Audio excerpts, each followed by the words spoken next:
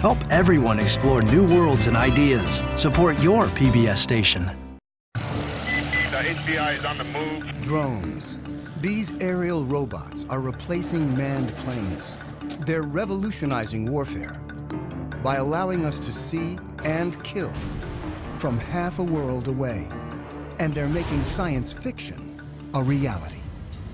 Now, with unprecedented access to drone scientists, engineers, and pilots. Master armed. Nova reveals the technologies that make drones so powerful and the breakthroughs that are leading us into the future. Will drones soon replace even the most sophisticated manned planes and become a part of our everyday lives? It started out as a toy for my dogs to chase. The worry is that we'll have 30,000 drones crisscrossing the sky, accumulating all this information. They generate opposition both overseas and at home. I speak out on behalf of the rule of law. Now, enter a new chapter in aviation history as Nova takes you inside the rise of the drones. 3, 2, 1.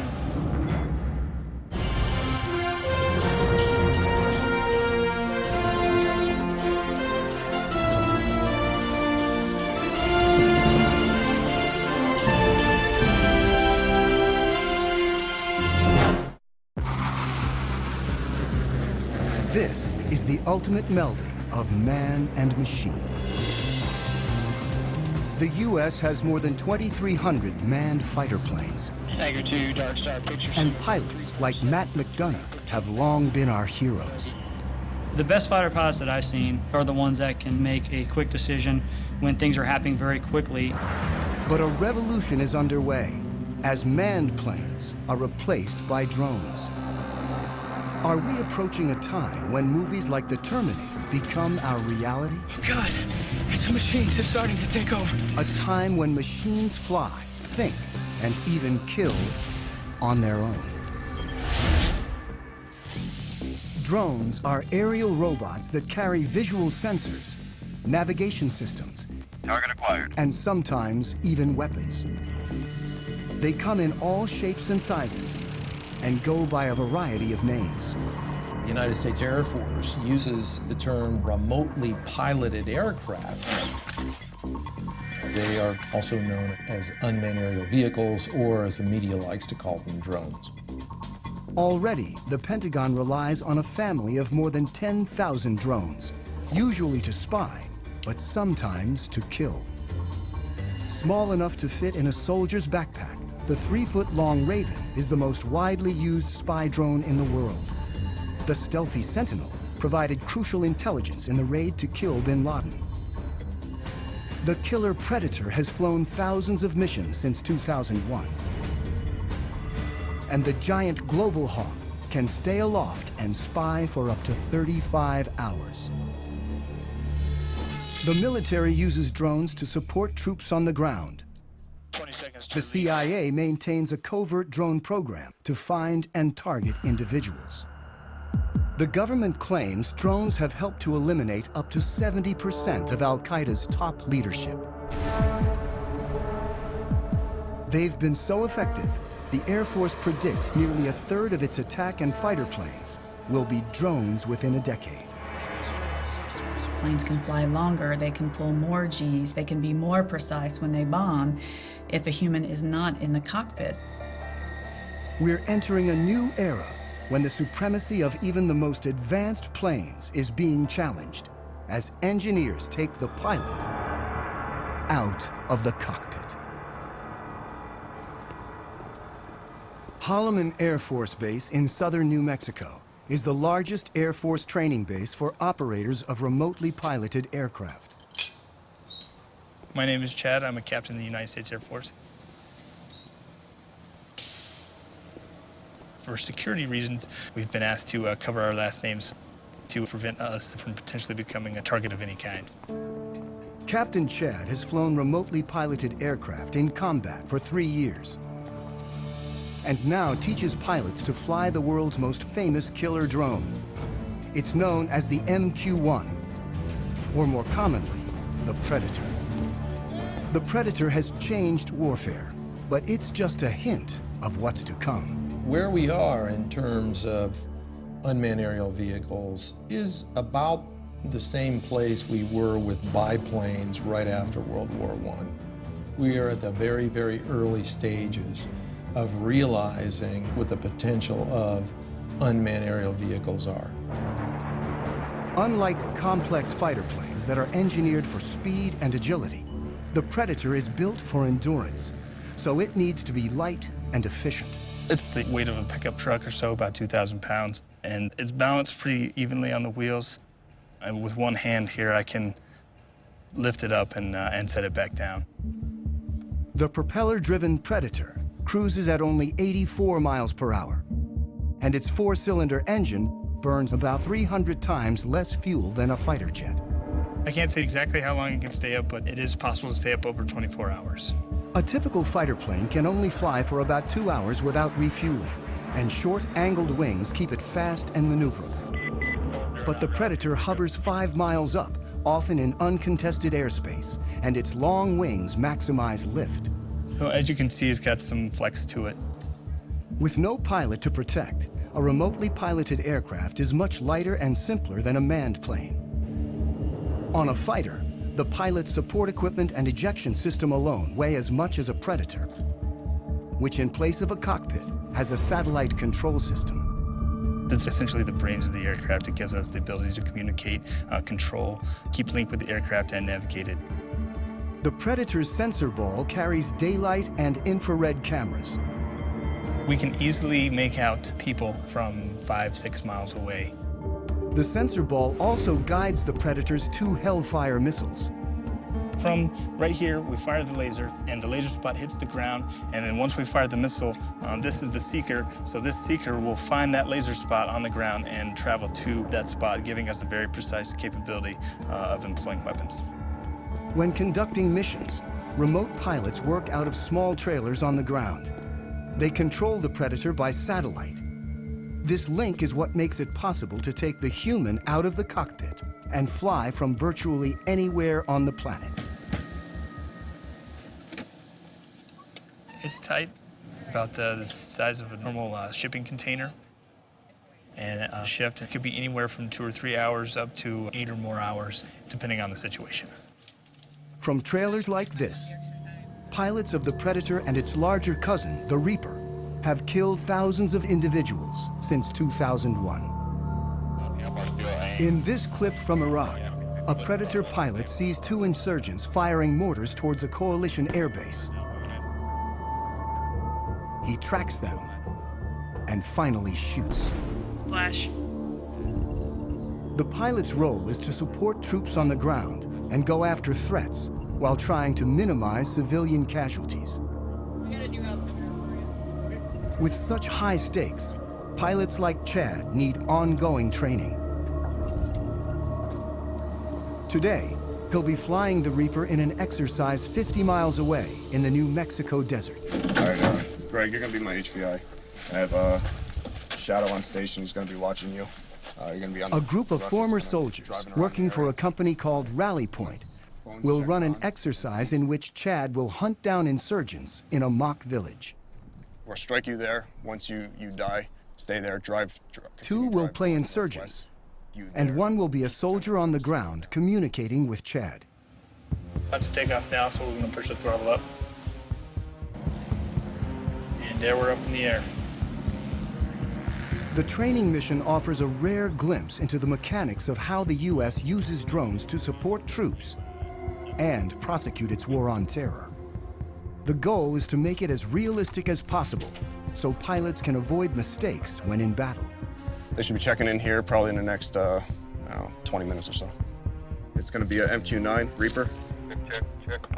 If they're at 25,000 feet, which they generally work, we're not going to be able to see them at all. It takes about half an hour to reach the mock village. Drones like the Reaper can fly on their own using autopilot and preset GPS locations. But the Air Force still keeps human hands on the controls at all times. People have this concept of either it's a manned plane and the pilot's doing everything, or it's an unmanned plane and it's something out of the Terminator movies. The reality is It's in the middle right now for both the manned and the unmanned planes. Our mind tries to put it in terms of robot or human, but the reality is a mix. As Chad pilots the Reaper, his sensor operator, Jay, controls the cameras and lasers. On the ground, the fake insurgents enter the village as the Reaper hovers miles above. Bones 3-4, Rally 2-0, stay status. Rally from Bones 3-4, we have eyes on the target. Chad gets direction from the soldier, whose handheld receiver and computer allow him to see what Chad sees. Chad's call sign is Bones. The soldier goes by Rally. And Rally from Bones, we have 2 packs moving around inside the northwest corner of the compound. Bones 3-4 from Rally 2-0, continued shadow. The soldier directs Chad and Jay to follow an HVI, or high-value individual, dressed in black. Rally from Bones 3-4, looks like the one individual wearing black is now getting on the motorcycle and departing the group.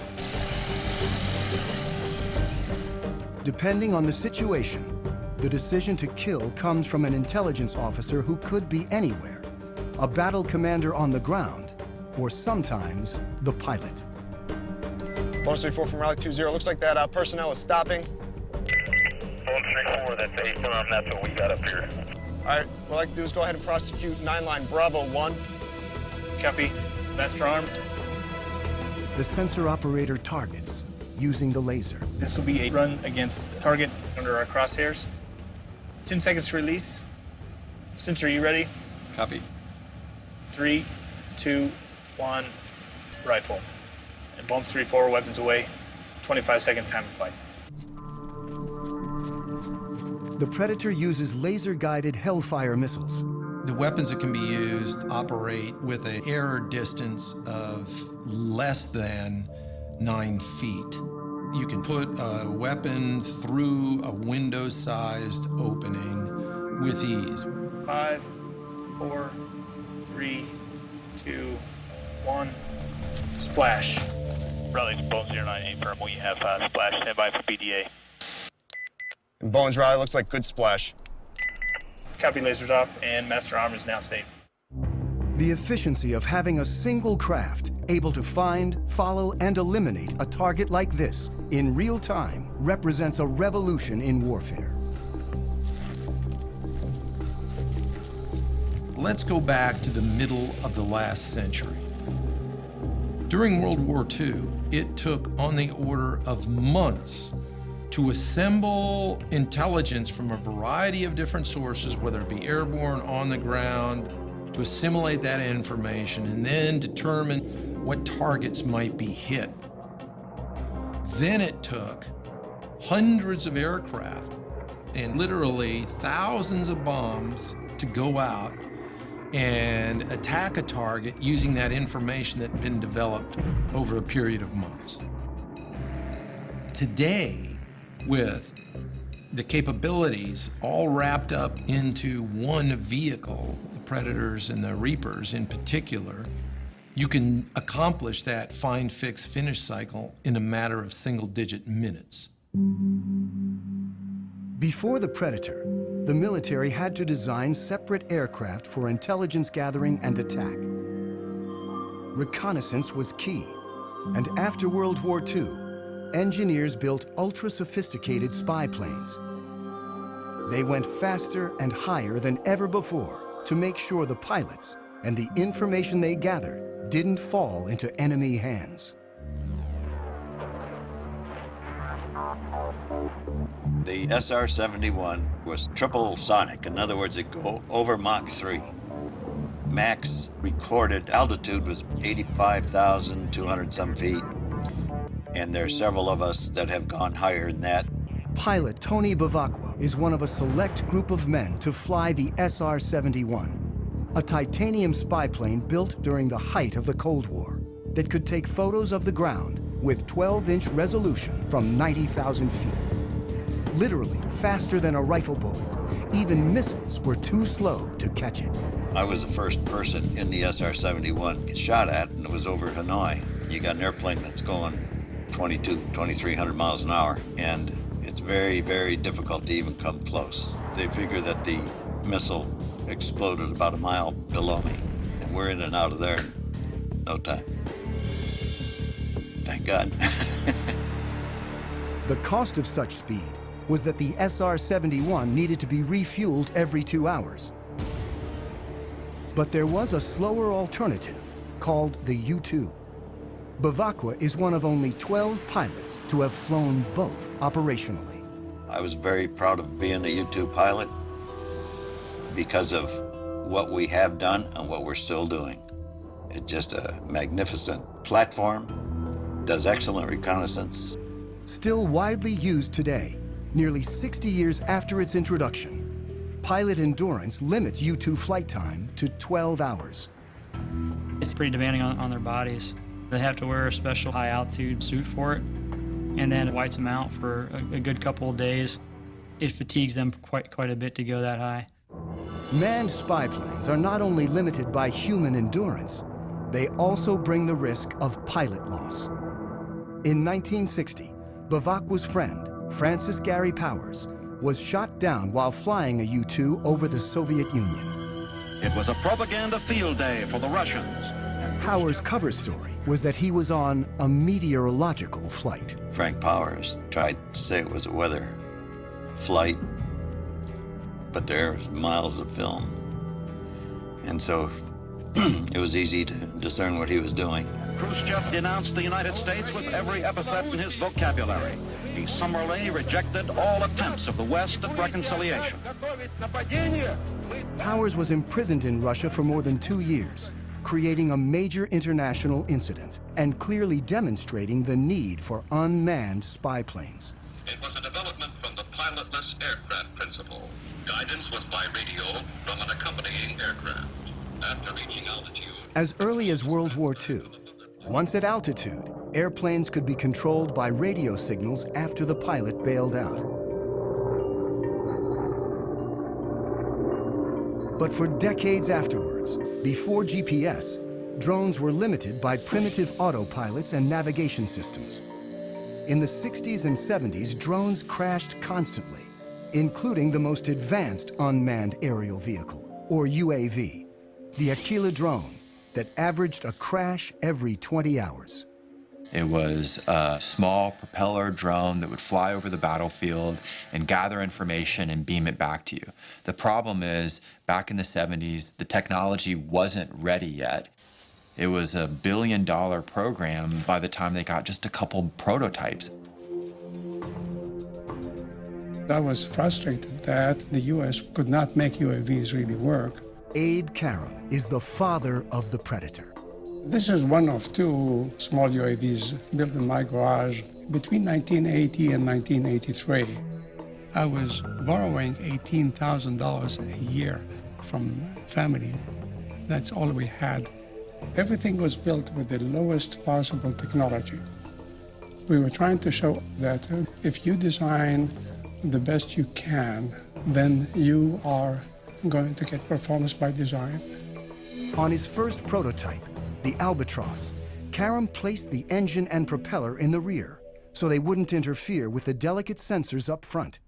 And the inverted tail is also still visible on its famous descendant. Down-deflected tails are there to protect the prop, so when it tilts back, it's hitting the skids and not hitting the propeller. An ex-fighter jet engineer, today Karam designs and builds planes at his company in California. In the 70s, when he started working on drones, he realized that without a pilot in the seat, a whole new world of design possibilities opened up.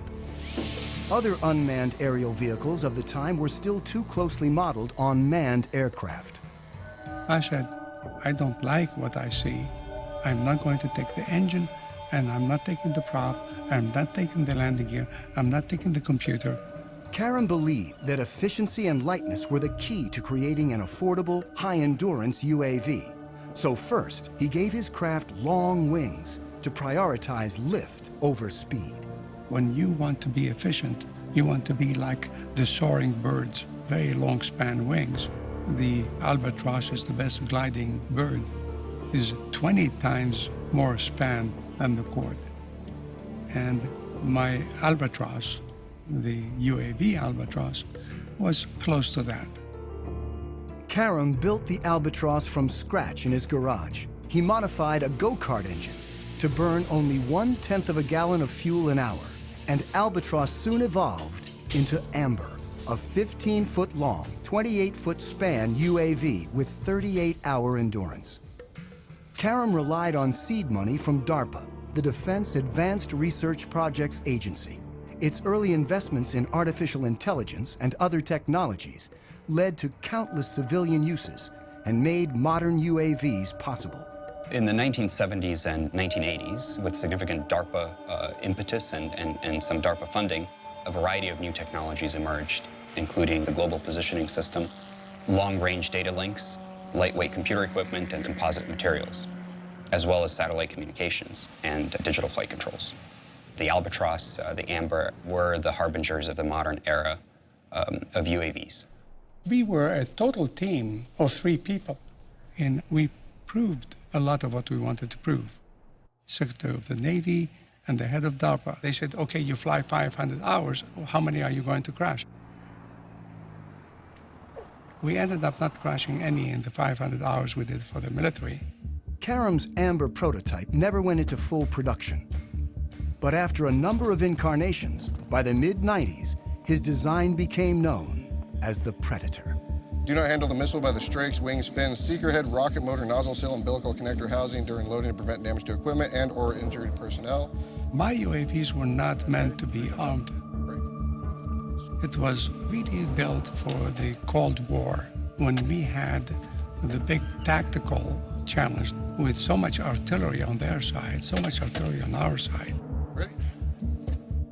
With 2 large armies facing off, UAVs could be used for espionage, but not attack. Then, after 9/11, America started targeting individuals. Now we are fighting non-state enemies, so it starts making sense to arm the UAV, which is not my intention in the beginning. In October 2001, an armed Predator changed warfare forever. I was the commander of the air operations against Afghanistan, where we actually used, for the first time, a weapon off the MQ-1 Predator. The advantages were enormous, order of magnitude beyond where remotely piloted vehicles had been just 10 years prior in Desert Storm. Since this initial strike, drones have proven so effective that the Air Force is now training more remote pilots than manned fighter and bomber pilots combined. So, play on the scenario? At Holloman Air Force Base in New Mexico, instructor Major Jason teaches this new generation of pilots. Adam 03, loud and clear. The stakes are high when operational, so they begin on video simulators. He invents practice scenarios programmed using Xbox video game controllers. Adam 09 from Viking 01, you're cleared hot.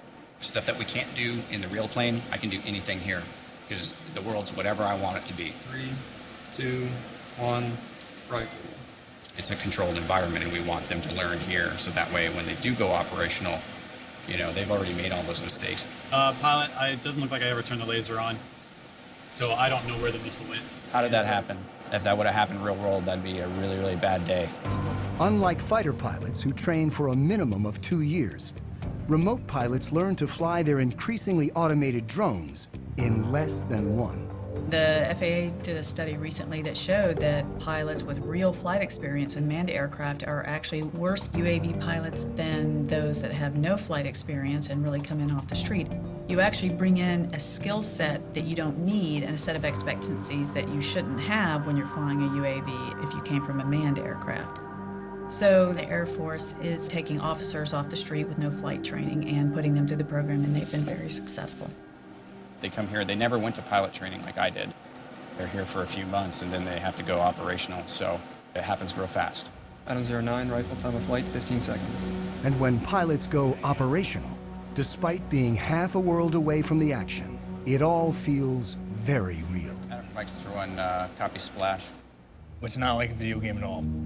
There's no reset button, there's no, there's no turning it off. In real strikes, like this one in Iraq, technology actually allows drone pilots to see more than manned pilots ever have. Because we have such a long loiter time, there's potential to have eyes on the target that we are going to blow up for hours ahead of time. Then we employ on it, strike the target.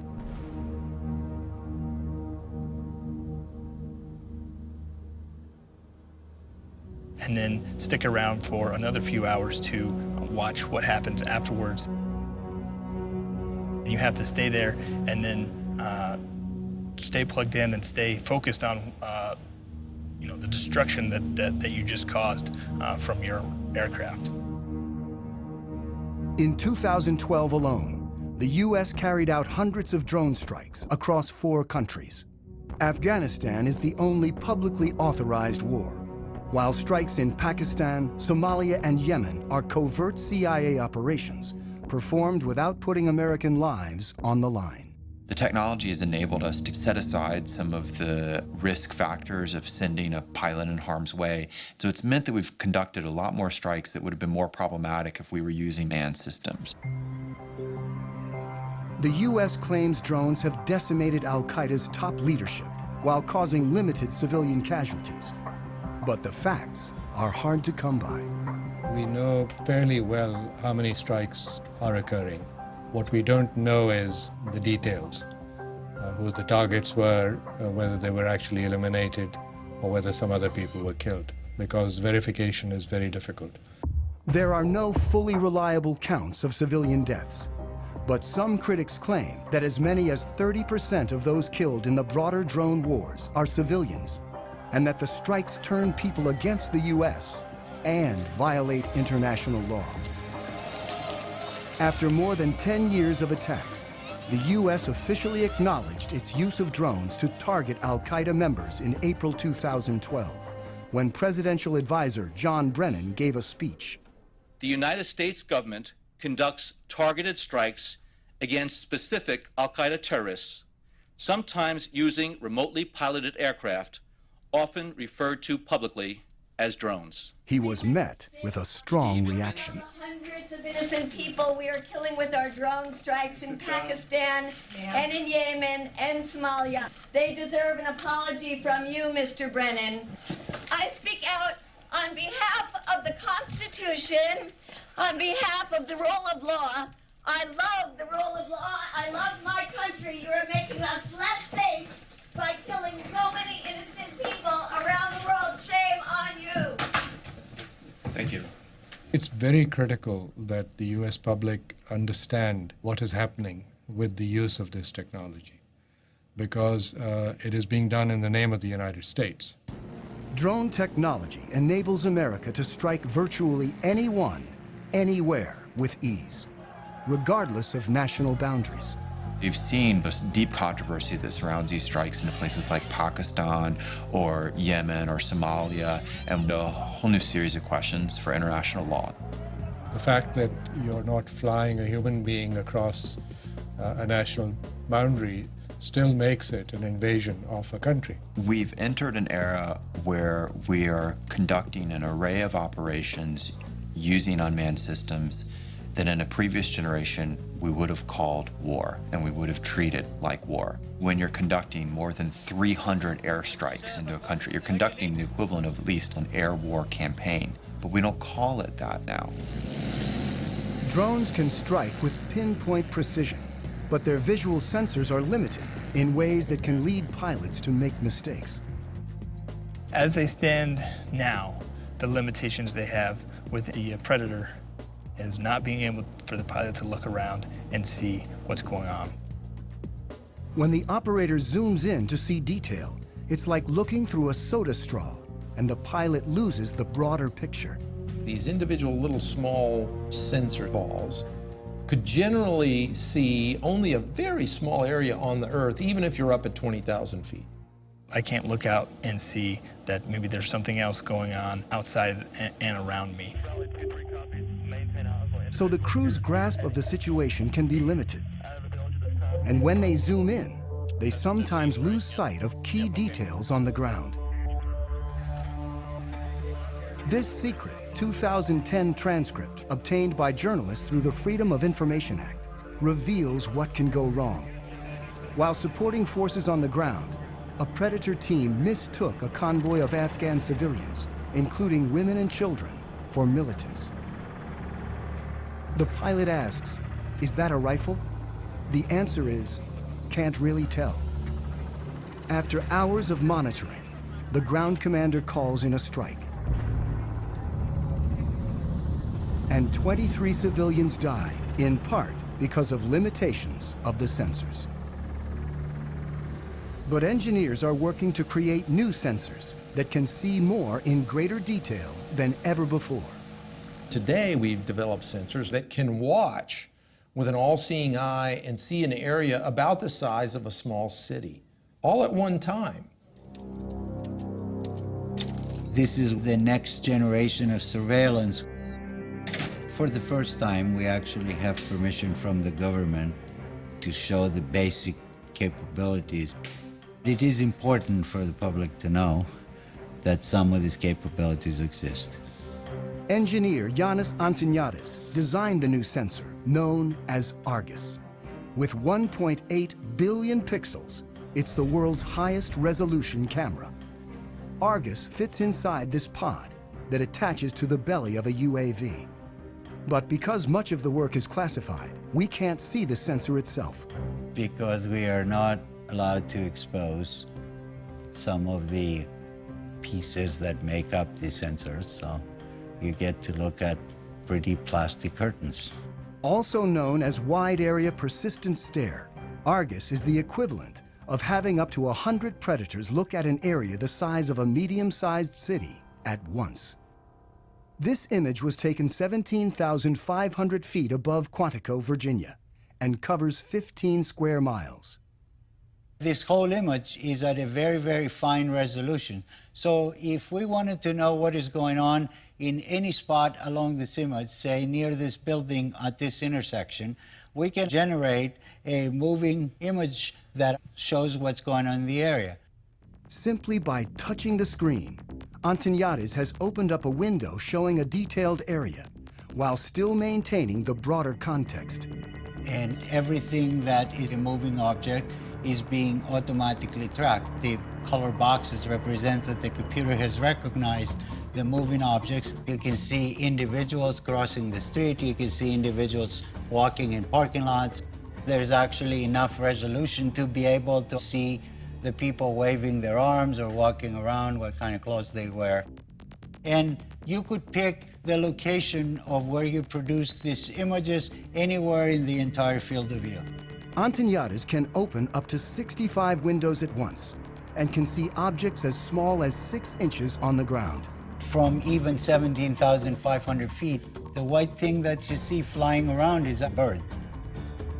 Argus streams live to the ground and also stores everything, 1 million terabytes of video a day, which is the equivalent of 5,000 hours of high-definition footage. So you can go back and say, I would like to see what happened at this particular location 3 days, 2 hours, 4 minutes ago, and it would actually show you exactly what happened as if you were watching it live. To create the world's highest definition camera, Antoniadis needed to design a new imaging chip. But DARPA, the project's funder, wanted to move fast and keep costs down. So he borrowed technology that most people have in their pockets. Inside this cell phone, we find a tiny little camera. So if you were to take off the majority of it, you'd be left with an imaging chip. If you were to take 368 of these and make a big mosaic out of them and start shooting images, now you have Argus. Unlike the Predator camera that limits field of view, Argus melds together video from each of its 368 chips to create a 1.8 billion pixel video stream. This makes it possible to zoom in and still see tremendous detail. Whether Argus has been deployed in the field is classified. I'm not at liberty to discuss plans with the government, but if we had our choice, we would like Argus to be over the same area 24 hours a day, 7 days a week. That's not very easily achievable with manned platforms. This is where UAVs come in, and they're absolutely the perfect platform. Argus may be mounted on an armed UAV like the Predator, a long-range platform like the giant Global Hawk, or a development craft called the Solar Eagle that may someday stay aloft for years at a time. The U.S. Air Force right now has the ability to archive every single video that comes off of every single UAV. We're moving to an increasingly electronic society where our movements are going to be tracked. While technologies like Argus are expanding the reconnaissance power of UAVs, unmanned aircraft remain vulnerable in other ways. The Air Force's large drones still crash more often than manned planes. The $100 million Global Hawk is nearly 3 times more likely to crash than the U-2 it was designed to replace.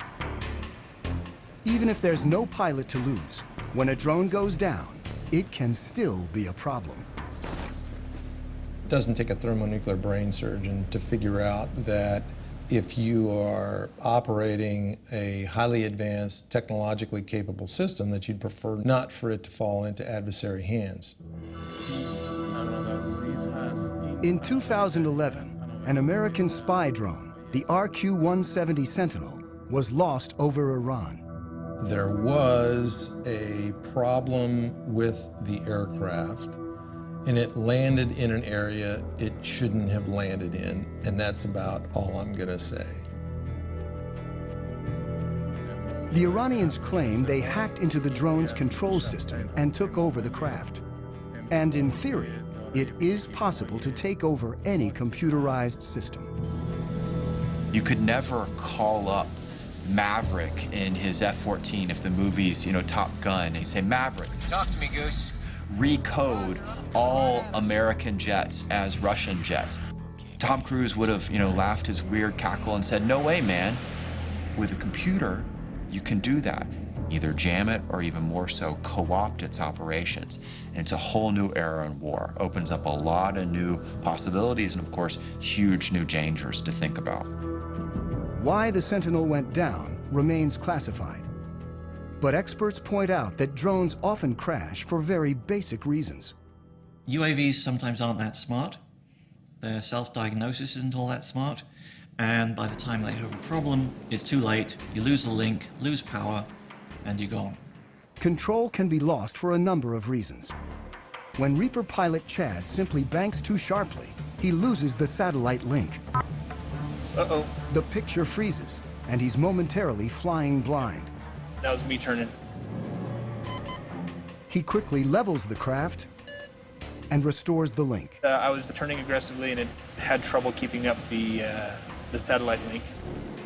There is a degree of vulnerability involved with remotely piloted aircraft that have a command link, or they're actually operated by operators, that you can overcome by having a human in the cockpit.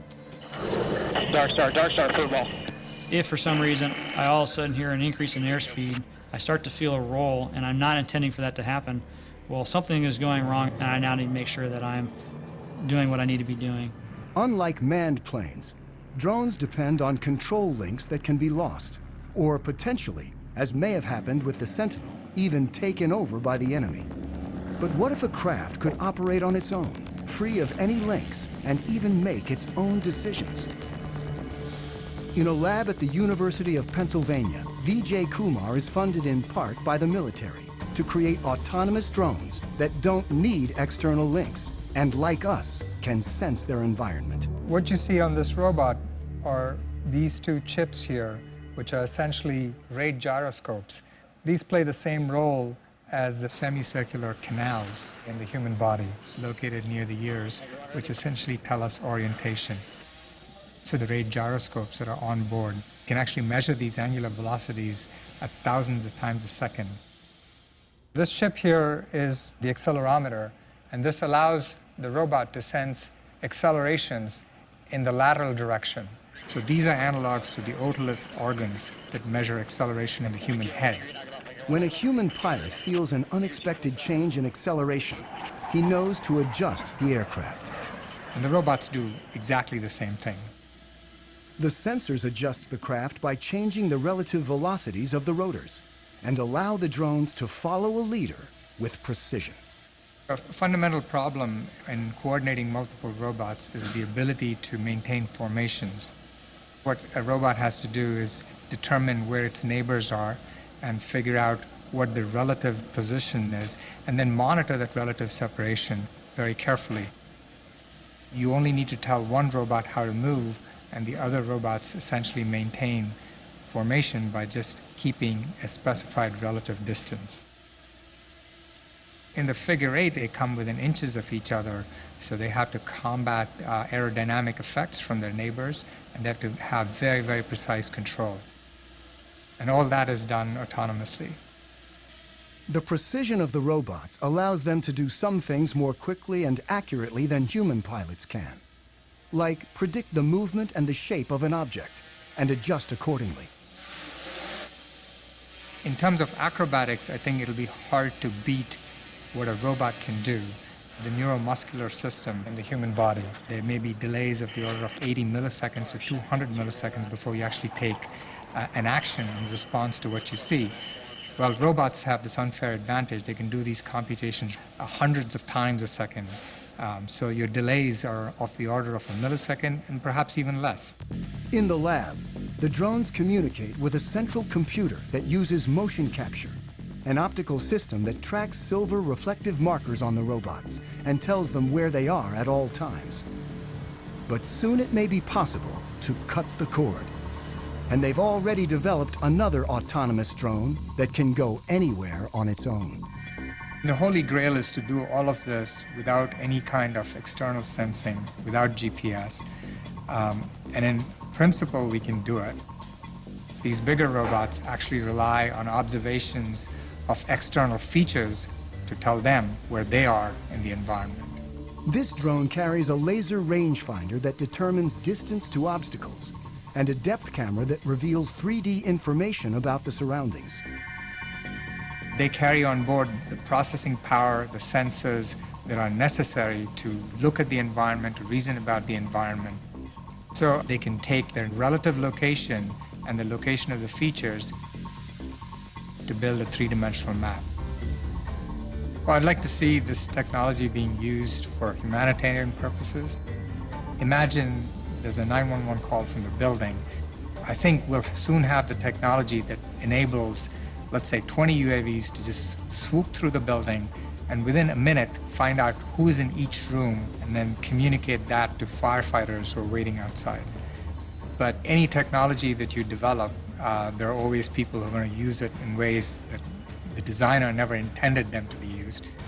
And the key components of drone technology are already available to virtually anyone. Over there. I got into the hobby about 4 years ago. It started out as a toy for my dogs to chase. I'm pretty obsessed with the hobby. I am currently single, have been for 30 years. No kids. I just live here with my 3 dogs, and I get to spend nearly every night and every weekend working on these things. Corey Brixon of Orange County, California, is one of tens of thousands of drone hobbyists across the country. The basic quadcopter is about $500, which is the frame, the motors, the speed controllers, the electronics that you need. This is actually the GPS sensor, and that's sending the signals out to the satellites. The cameras, as small as they are, they're high-definition footage. Like the Predator, Corey's quadrotor has a programmable autopilot that uses GPS to navigate. He can set locations, altitude, and speed so the craft can fly autonomously. Corey flies for fun, but drones, small and large, are increasingly used domestically for more serious purposes. The Border Patrol searches for illegal migrants with Predators. Police departments are turning to smaller drones for reconnaissance. And thousands of individuals use them for their own, sometimes political, ends. We don't consider ourselves to be animal rights activists. We're investigators. Some of our targets are the pigeon shooters in Pennsylvania, so we had the copter up filming what's going on. There were a couple of shots and it's slowly losing altitude. And then it takes one more shot and it's down in the trees. You can hear the shooters start cheering and laughing and all that kind of thing. What they didn't know is that we had more. This incident is the first known shoot-down of a domestic drone, but it may not be the last. The spread of drones has raised concerns about privacy and even led one senator to propose legislation limiting domestic use. I think anybody that can use a device to peer into your activities, even if it's from the air outside your window or the air above your property, I think there's a right to privacy, and I'm all for making sure that all these drones don't come back from Afghanistan and Iraq and get put to purpose here that isn't consistent with our constitutional bearings. The worry is that in 2 or 3 years we'll have 30,000 drones crisscrossing the sky, accumulating all this information. It's a game changer, but it's not just an American revolution. There are more than 55 other countries right now that are building, buying, or using military robotics, particularly in the air. Iran recently announced it has its own armed drone with a range of over 1,000 miles. It's not known whether any of the technology was adopted from the lost U.S. Sentinel. But in the drone's arms race, the U.S. is constantly developing new technologies, like a small flying camera with a twist called Switchblade. The Switchblade will launch out of this tube, and the wings, the tail, the propeller will all spring open. That's why it's called Switchblade. And so when the operator finds the target by looking into the viewing screen, he'll then send a command to the Switchblade that'll enable the Switchblade to basically hone in on that target and detonate its explosive charge upon contact. It's a tool that our customers are very excited about, and it's a tool we think will protect our forces and help save innocent lives. Switchblade's already been deployed, and a killer drone that may someday replace a manned fighter is on the horizon. And it's really about a decade ago, some folks got together and they said, what if we want to put unmanned aircraft on an aircraft carrier? How do we do that? This X-47B prototype is the world's first tailless fighter-sized drone. But it's still a year or two away from its first goal, to take off and land on an aircraft carrier. We're maturing the technology required to take this unmanned vehicle to land on the flight deck autonomously. We're focusing on the mechanics of landing the aircraft, where you have a predetermined position that you're targeting to, and the aircraft can react very quickly to changes in that environment to put itself on that pre-planned position. The system has a lot of sensors, a lot of instrumentation on it, so it knows how all of its subsystems are behaving. It knows how its engine and all of its control surfaces are performing at any time. It'll turn where we expect it to turn, it'll come back when we expect it to come back, and it'll land on the runway that we planned. Drones are no longer just eyes in the sky, and someday UAVs like the X-47B may be involved in sophisticated attacks alongside manned jets. It's the idea of the mix, the team working together. That's probably the future. You won't see every plane on the aircraft carrier be one of these. So right now the vision is, oh, we'll just have 1 or 2. But when they get them and maybe they prove more useful, then it may be, well, we don't want 1 or 2, we want a squadron. It's a lot like if you look at the first use of mechanized forces.